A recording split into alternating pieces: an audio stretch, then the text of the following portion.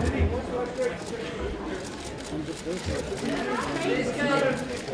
your job. And my job. Once upon a time, there was Cinderella, who won in 1950 as an animation. Once upon a time. We're here again, and it's 2015 on the 65th International Film Festival in Berlin, and we are really happy to present Cinderella.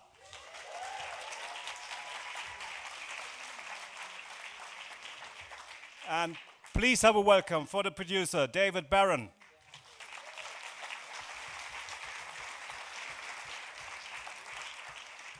Playing the part of the fairy godmother, please have a welcome, Helena Bonham Carter.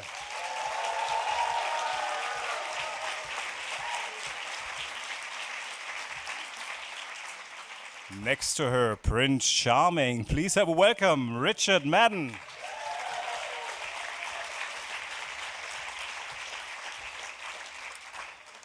And the one you now fell in love with Princess again. Please have a welcome for Lily James.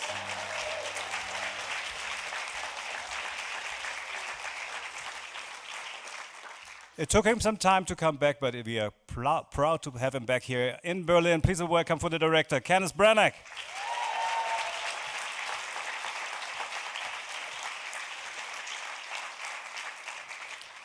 A good friend of the festival. She's been often here, and it's always a pleasure. In the part of Lady Tremaine, have a welcome for Cate Blanchett.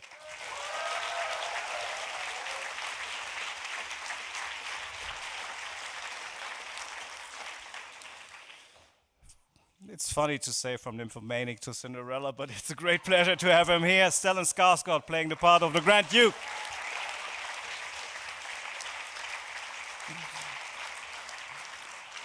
Also have a welcome for one of the producer, Alison Sheamer.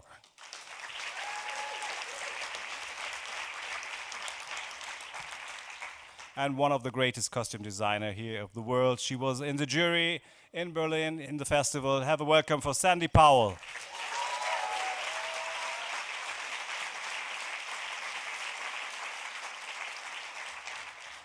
Before we start opening to the press, please, Kenneth, give us a shortcut. What gave you the interest to Cinderella? As always, the script is an excellent script by Chris White, and Sean Bailey, who's here from Disney, laid out a very interesting vision for what Disney were trying to do with their fairy tales. And I met with Ali Shermer and David, and we talked about how we would make the film. And I did want to make a film that was about courage and about kindness and about a kind of psychological modernity in the middle of this traditional thing. The Cinderella myth continues to capture our imaginations, and somehow it felt that from the inside out it would be possible to, with the right group of collaborators, to kind of recast it in tone and in atmosphere. And it started with the script and then the contributions of all of those people, and then we, thank God, went to work. Okay. Your question here in the middle, please stand up. Thank you. I have a question for Cate Blanchett, Miss Blanchett. I was sure when I saw your name in the cast that you will be Cinderella. Right. No, it's funny. When I told people that I was in Cinderella, they looked at me, had a slight pause, and very kindly said, "Are you playing Cinderella?" No, that's save that for the Sydney drag shows. But thank you. My question is, what were the challenges of not the playing role? Cinderella? I tried as hard as I could to undermine Lily every step of the way, but it didn't work. Okay, question on the right side, please. Anne-Christine Oranger, I'm from Montreal, Canada. I cried of delight, really. You made me, as an adult and as a little girl, very, very happy. I think everybody's in a good mood because of your film. We needed that. Sorely. And my question is, do you truly believe in the power of kindness, that it has magic? And how does that you answer whatever it is, does reflect into your directing. And I would like to ask the actors, is he kind on the set? Oops. Yes. Yes, right answer. Yeah, I think that, I mean, the challenge was, I think, to present, and it was really embodied by everybody up here, from Sandy's work, from Dante's work, but through the actors, to find a lightness of touch that wasn't glib, and where we could be uncynical without being sentimental or sappy, or you know, sort of juvenile and immature. There's a kind of, in Chris's script and in the sort of, whatever you might call it, the sort of psychological DNA of the story, it's possible for it to surprise by the extent and depth of its emotion. That's what I was struck by when I read it, is that I was surprised to be quite so moved by things that I then realized shouldn't surprise me. The first experience of loss for a child is a big thing, and so that's where the movie starts. And Disney have been killing parents for a long time over the decades in cinema, and so they do here. But it's an amazing way to address those kind of issues. Who knows how that translated into the set and the atmosphere. You can answer whether kindness was on view. Well, I mean, kindness was abundant, I felt, on set, and Ken was, it's funny talking about someone when they're right next to you. There was such generosity and a sort of, I found that Ken brought it right down to the story and the heart of it, which for me, being completely daunted and overwhelmed by playing Cinderella, meant that somehow it was achievable, focusing on her and her inner strength, and that was through. Oh. Anyway. Okay. I'll just say one thing, that, obviously Ken is very kind, but he's also incredibly clever and incredibly talented. And one big thing which I think which he brought to the fore in this is his compassion for other actors, given that he is such an experienced and great actor himself. So, and I think what happened with this, which could have been fallen at often, I mean, it's a very simple, straight telling of the story that we all know. But having seen it, I think what makes it and distinguishes it and makes it so fresh is what he, together with the actors, brought, which was huge complexity to each character. So there's nothing cartoony, I think, or nothing two-dimensional about any of these characters that it could have been, you know. So, but yeah, he's kind. He's very kind. I think that's what gives us, or gave me, the confidence to do what I wanted to do with the character and with Ken. Is I felt so comfortable and safe with him, and as Helena said, he's an actor as well, and a very good one. So you can be in a place of trust with Ken, and that means that we could bring the best out of all these characters and every scene we did. So definitely kind. Mr. Branagh, very, very considerate. And I think, I imagine if I was an actor moving into directing, I'd sort of have the tendency to micromanage everything. But Ken somehow makes it seem like it was your idea. The secret is it was their idea. Yes, your question in the middle, please. My name is Mahari Sigit, African Refugee News. I have a question for the director and a small one for Cate Blanchett. Director, can you tell us more about the language? Where did you find these beautiful dialogues? Is it from Shakespeare, Chaucer, or your own? Well, the dialogue is from Mr. Chris White, amended by some of these actors. All of these actors come very prepared. They're very studied in the scenes, and sometimes in a positive, evolutionary, creative process, they make suggestions and amendments. Everybody's very sort of literary and smart. But I'm quite pleased that we have snuck into the film references from Charles Dickens, from Samuel Pepys, and from William Shakespeare, but all quite sort of under the radar, but happily so, and in collaboration with everybody at Disney too. Cate Blanchett, which was more challenging, playing the mother of Lincoln, a political figure, or the perfect stepmother that is, let's say, hated by 1 billion people? So the mother of Lincoln. Yeah. Did you play the mother of Lincoln? Have I played the mother of Lincoln? Maybe Yeah. you're doing next year. Oh, No, no. I don't know. Oh, There was a maybe not. film here, and you were there. was I? In it? Yeah, yeah. Well, clearly it was not a memorable experience. So I'd have to say Lady Tremaine was the bigger challenge.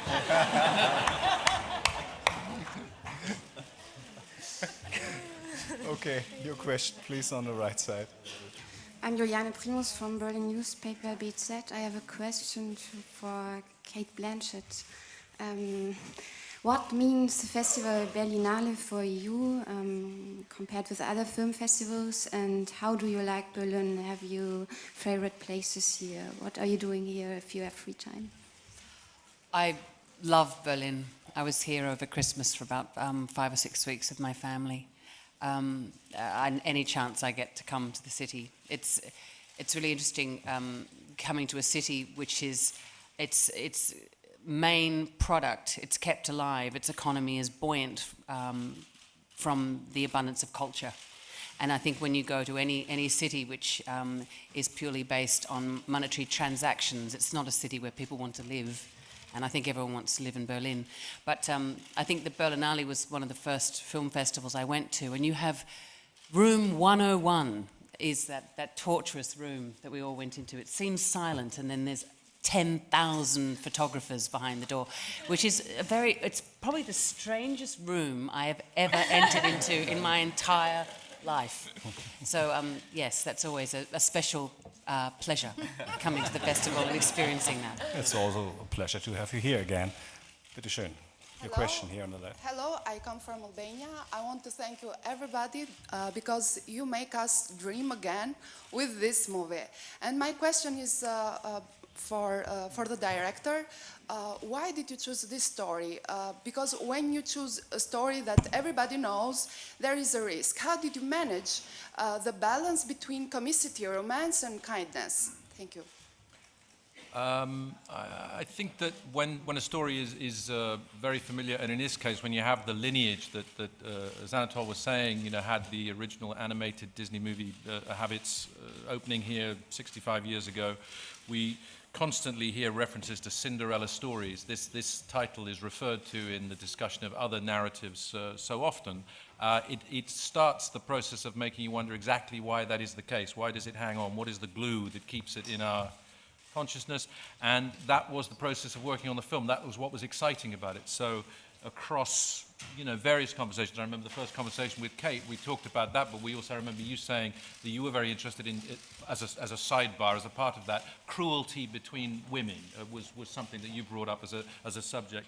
Heli was talking about the idea of people not necessarily being as good at magic as they might pretend they are, and that there might be some fun to be had of that, so it needn't quite be so smooth. And then with Lily and Richard, this idea of trying to make the prince a sort of a charismatic complement to Cinderella, necessary, someone who earns the right to her affection, and where both meet not knowing who the other is and on equal terms, that all of these things are part of what kept it interesting, that it was somehow welded to this story that we still seem interested in, where we want to identify with her, we want things to work out, we're very cynical about happy ever after endings in life, and yet we wish to be inspired. And so how would we find that in a Cinderella story here and now? Well, it had to come from the inside out, and for a situation where if circumstances can't change, people live in cruel or deprived circumstances, maybe internally there can be a change, there can be a victory of the spirit. All of this stuff sounds very highfalutin, but in Cinderella, it's possible that the myth has hung around across every culture, across thousands of years, because it is flexible and adaptable to the time in which it's presented, and this is how we started with ours here. Your question, please. Hello, I'm Helen Barlow from Australia. Hi, Cate. Just wondering, the deep voice, did Mr. Branagh tell you to go very deep with it to sound evil and or wicked? And the red hair, both you and Stella, and arguably the two meanies in the cast, both have red hair. Is that any kind of coincidence? So basically, how do you play Wicked? I don't know. I didn't think about the pitch of my voice. As Ken was saying, it was. Obviously the film isn't called The Stepmother; it's called Cinderella, and so I'm a foil for Cinderella, and you have a certain amount of scenes with which to sort of piece together a journey, and I was talked to Ken about not appearing evil in the beginning, and how does jealousy develop between women. And so, hopefully that's become a slightly seamless thing. So I think a lot of the development of the character, strangely, because we had time with Ken, but we didn't necessarily all have time together. But so trying on the costumes and seeing the physical look, and then having the sort of psychological discussions with Ken. So hopefully it came together in that way, and the pitch of my voice maybe just was the very early starts, because as you get older you spend longer and longer in hair and makeup. The question was a wig, darling. Oh no, but it was. There was a lot of green which is the colour of jealousy, and so we talked really early on about having red hair and what colour would look best. Your question, please. Yes, hi, I'm Niels from Norway. I have a question for Cate and for Kenneth. I must say, Cate, you look exceedingly good in leopard spotted coat. Was it your own choice or was it the costume designer's choice? Sorry, look good in... The leopard spotted coat you're wearing in the film. Oh, yes. That was... It's very big hit. Sandy waved it at me like a little chocolate biscuit. And as if I was a good girl, I get to wear it. But that's what is so thrilling about working with a costume designer like Sandy, is she throws out really bold, exciting offers, and then you have to try and fill it and rise to the occasion. And I don't know any other costume designer who would have made an offer like that. It was fabulous. Yeah, it's wicked. And a question to Kenneth. I heard really great things about your... you're very good when you explore the dark side of human nature, and I heard really great things about Macbeth, which you made on theater, and... No, sorry, the Scottish play.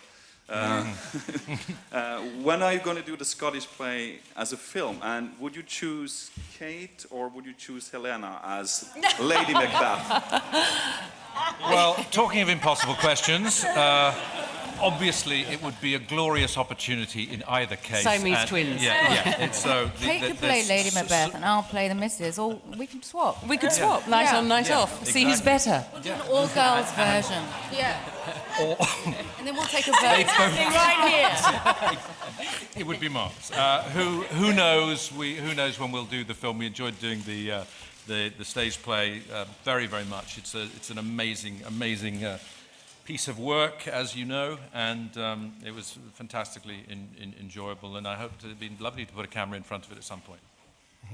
According to this question, I'd like to post it to Sandy, because we're talking about the costume, the design. Let's talk about the challenge in this to make this kind of working with Cate, also with Kenneth and the other actors, and your special design on this movie.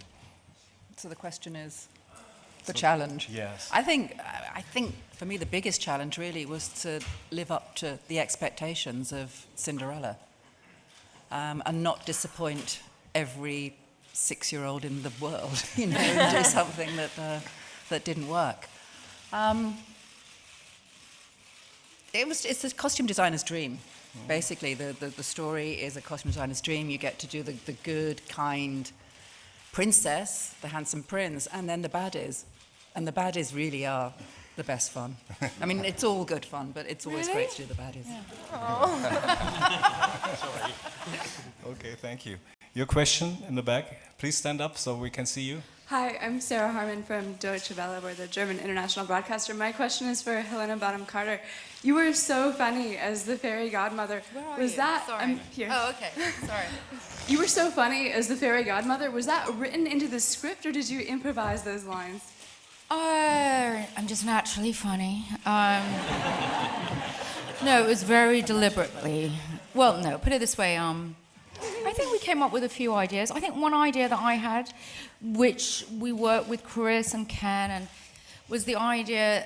I mean, if you look at the part, it's like, first of all, it's like, how can you not have fun? But if you look at the sort of bare bones, I mean, why a pumpkin?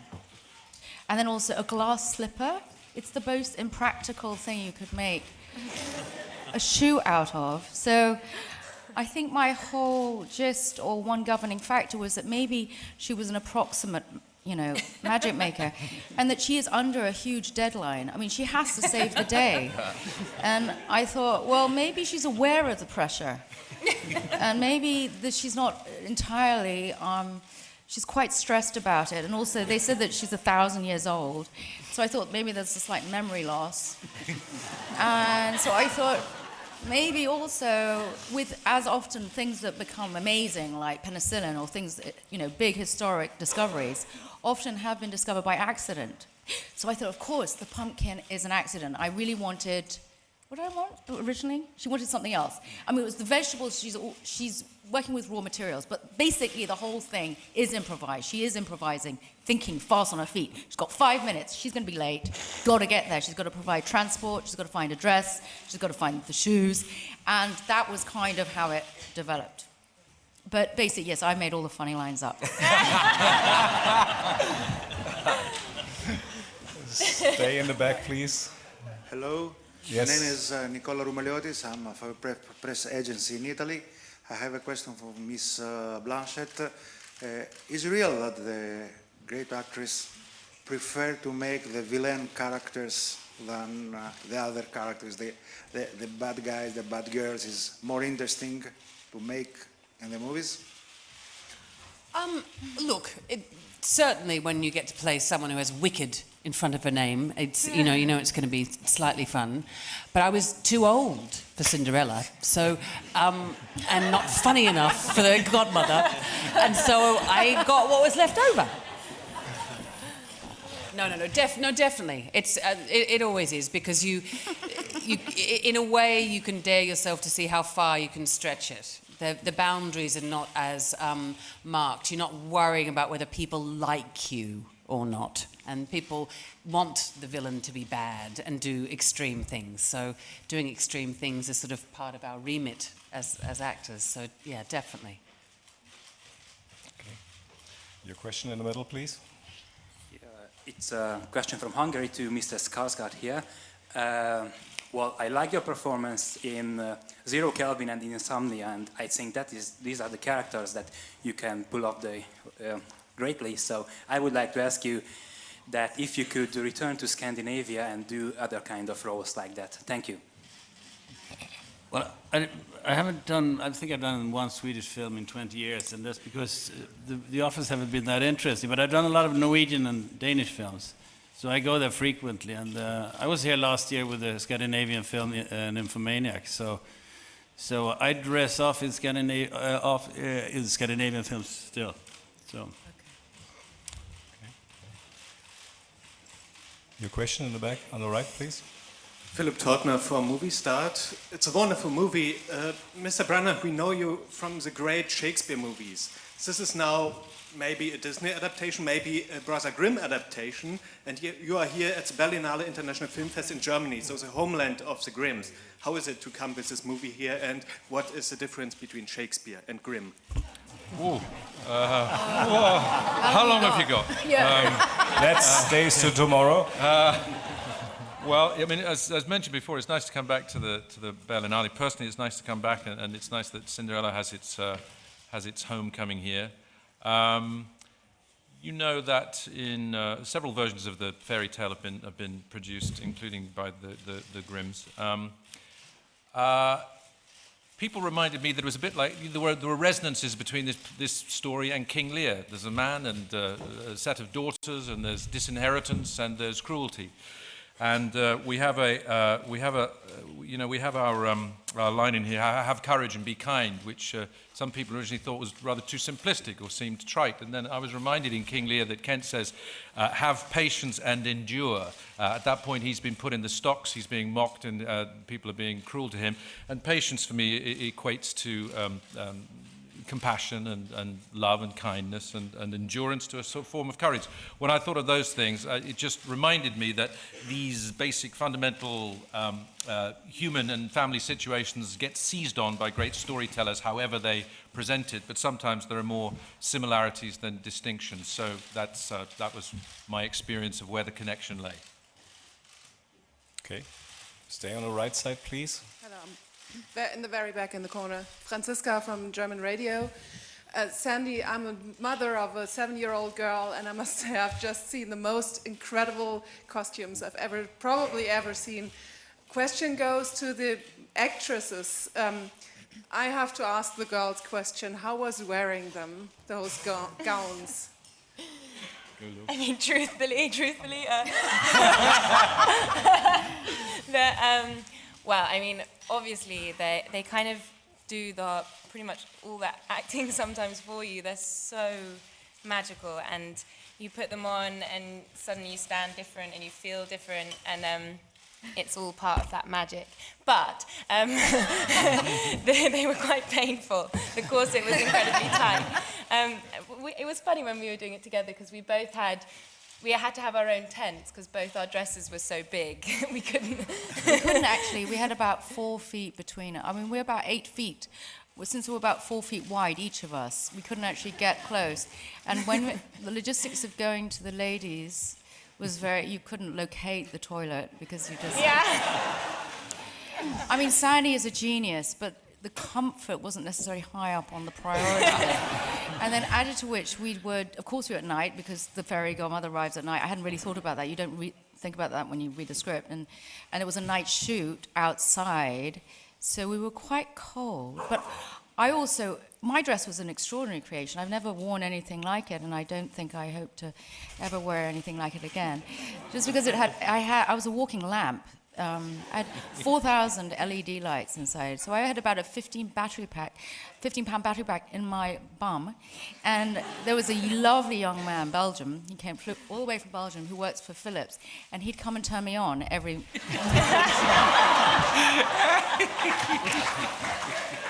And then he'd come out, and we'd start shooting.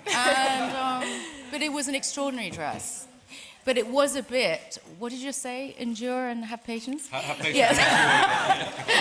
But I do, But it was a magnificent creation. But I lit up.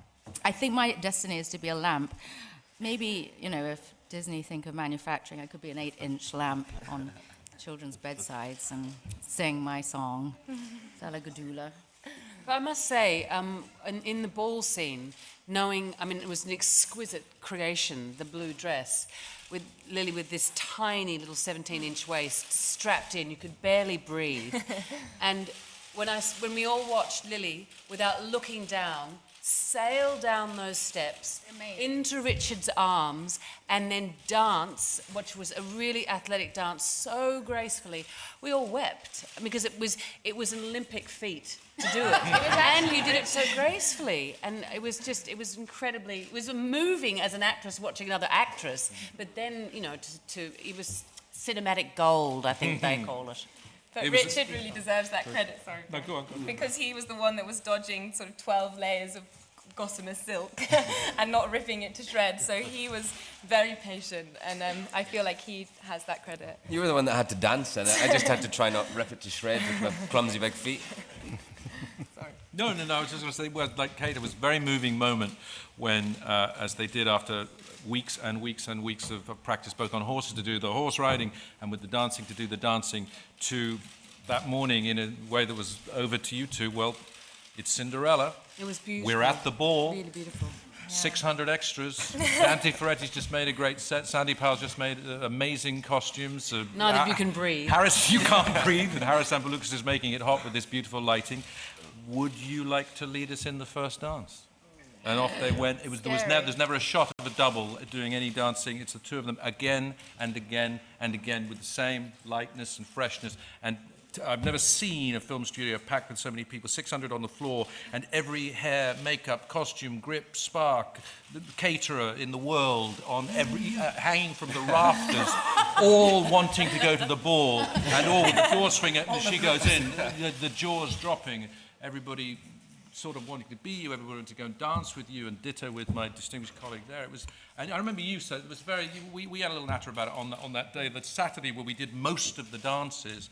And Ali, do you remember that it was one of those days we all looked at each other, and plus the room was, I mean, the endorphins, Jeez, Maria, it was just, the joint was jumping with this incredible excitement. It also happened about 3/4 of the way through the shoot, so we'd all been heading towards that moment as well. And there was something symbolic about it. Everybody there wanted to somehow feel the positive energy that there was, this symbol that life occasionally can be really rather lovely, and that nice people in straitened circumstances can have lovely moments to have a lovely moment. And it was beautiful. It was beautiful to be part of. Can I just ask a question? Cate Blanchett from Australia. Yes. Yes. Would I have seen you in anything? No. Okay. I love your work, though. Thank you very much. That's very kind. This is a question for Mr. Branner. So speak up. I can't hear you, please. Whose idea was it to have? Because when you were talking about the ballroom. All of those chandeliers, they were all candlelit, weren't they? That's I mean, right. how many candles were there, Mr. Branner, and how long did they take to light? Well, actually, we had a candle philosophy, didn't we, David? Do you want to talk about candles? Candle philosophy. Yeah, there were about 2,500 candles in the candelabra that burnt. They weren't proper candles. They were wicks dipped in oil, floating in oil, that burnt for about 8 hours at a time. And we had to be able to change every one of them within about 20 minutes. Otherwise, we'd have been dead in the shooting days. So it was a real feat of planning and that candle design, to answer your question, it was because we knew that to get them up, get them down, and light real candles, we couldn't do it. A candle had to be designed that was a candle with a real flame, but that was oil-based, as David said, so that it burnt over 8 hours, not over half an hour. Otherwise, we'd And never can you buy these at Disney stores now? Yeah, it's part of the merchandising. How the manufacturing. What colours would you like them in? I have some in my bag. Thanks, Cate, for giving me support. The question here in the middle, please. My question goes to the male actor. You've been working with 1, 2, 3, 4, 5 women. And you know this fairy tale is good for the young girls. And you look so good with your green eyes coming out from the screen. Blue. So, are you prepared? No, come on. Hey, a man cannot make a compliment? What do you think that tomorrow, when the film will come out, I don't know if you saw the film, but you will be so famous. Are you ready for that? I don't know about that. I think it's just lovely to be part of something where it's really female dominated, I think. And the original animation was much more about this girl, and a boy kind of comes in and saves the day.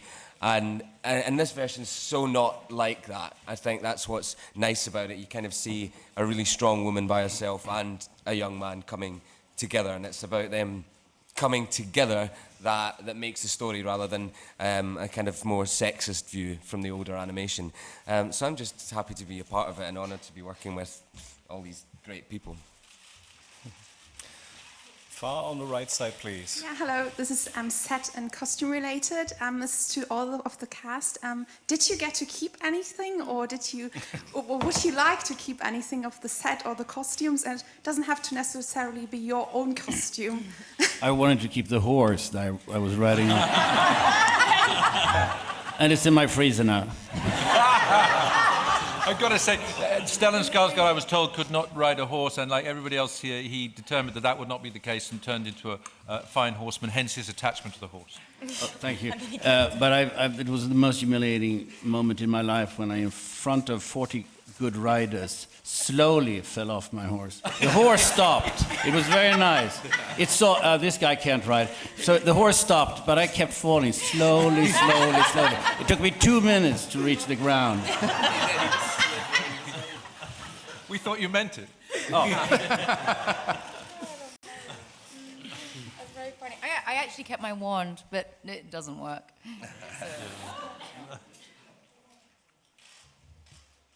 I wanted my wedding ring, but I think it was probably a tad too expensive. It was this beautiful pearl, and it was, signified emotionally. It was very lovely, but I don't sadly have it. So, any more questions? Yes, wait for the microphone, please. Lisa Streifeld, Huffington Post Arts. Thank you. So magical. Oh, Cinderella, above all, is a story of transformation. So tell us how you manage these unbelievable, magical transformations, you know, with the digital, and how the actors worked with them. So it was so seamless. Actually, Ali Shermer, who's one of our excellent producers. Do you want to talk about that, Ali? I remember when we were filming the transformation sequence out in the garden behind Cinderella's house. And I knew in my heart what the imagery was that Ken wanted to create and what the end product would be. And I watched Helena and Lily interact and to tell the story of every aspect of what would happen in that greenhouse and how that pumpkin would transform, knowing that we were mostly holding a little ball in its place. And it was really the skill of these actors and the ability of Ken to communicate the story and the imagination of what would take place that really accomplished what you saw in the final film. I mean, there was magnificent visual effect that was created by our partners. David, it was DNEG? It was, And the partnership with the visual effects company was extraordinary, but it was really so completely told in the filming in those very cold, brutal nights that I would say the magic was in the performance and in our direction. Okay, question on the right, please. Hi there, Mike Roddy from Reuters. Since all of the women up there will be role models for the entire planet's female population, I'd like to ask you what you think the message is that you've gotten across from this. Well, message, I don't know about message, but what amongst the many things that are in there, I mean, I think are sometimes, for instance, the uncomfortable recognition that we may see as much of ourselves in the stepmother and stepsister's behavior and motivations as we do in those who we would perhaps want to initially feel were representing us. But what I love about what Cate did and what Holiday and Sophie, who played the stepsisters, did was to have an evolution. Their characters changed and responded to circumstance. I believe for the first time that Cinderella's father, who so loved her mother, would nevertheless be wowed by this, gorgeous gal, and that all of that made a certain kind of sense, and that when he went, that their motivations would change. And so those had a sort of, in a way, I suppose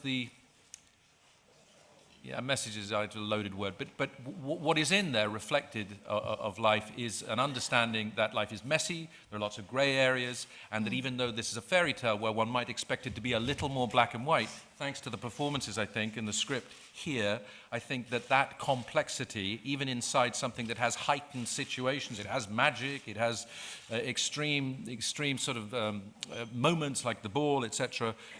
Nevertheless, there's quite a subtle reflection of how difficult it can be sometimes to be a human being, and how hard it is sometimes to find personal happiness. So I don't know about the message, but the reflections and considerations there are across a whole range of issues, from what does real love really mean? What does real happiness really mean? Is it things? Is it a person? Is it a partnership? Or is it perhaps how you feel about yourself and the moment that you are in? All of those things are in there richly in that tale in its original form. Yep, absolutely. Can I just say something to... when Disney first came to us and talked about a version of Cinderella, I had the experience of being lucky enough to work on a movie called The Hunger Games. And we had a very strong female protagonist in that movie. And what was really, truly evolutionary and magnificent about Ken's take on Cinderella is that her strength wasn't necessarily overt. It wasn't in the way she held a bow and arrow, and it wasn't that she was given a shield or a sword. But her strength was something internal. And it was the ability to have kindness and courage, and to be really clear about what she felt about looking at the world, independent of how others saw her or influenced her beliefs. And I think what's extraordinary for young girls around the world is they don't have to have a sword, and they don't have to have a shield, a bow, and an arrow. But the ability to look into themselves and to have a sense of their own clear view of what they believe and their own kindness and their own beliefs, that is evident in this incredibly strong and contemporary Cinderella. Okay, your question, Helen, please. Hi, me again, Kate.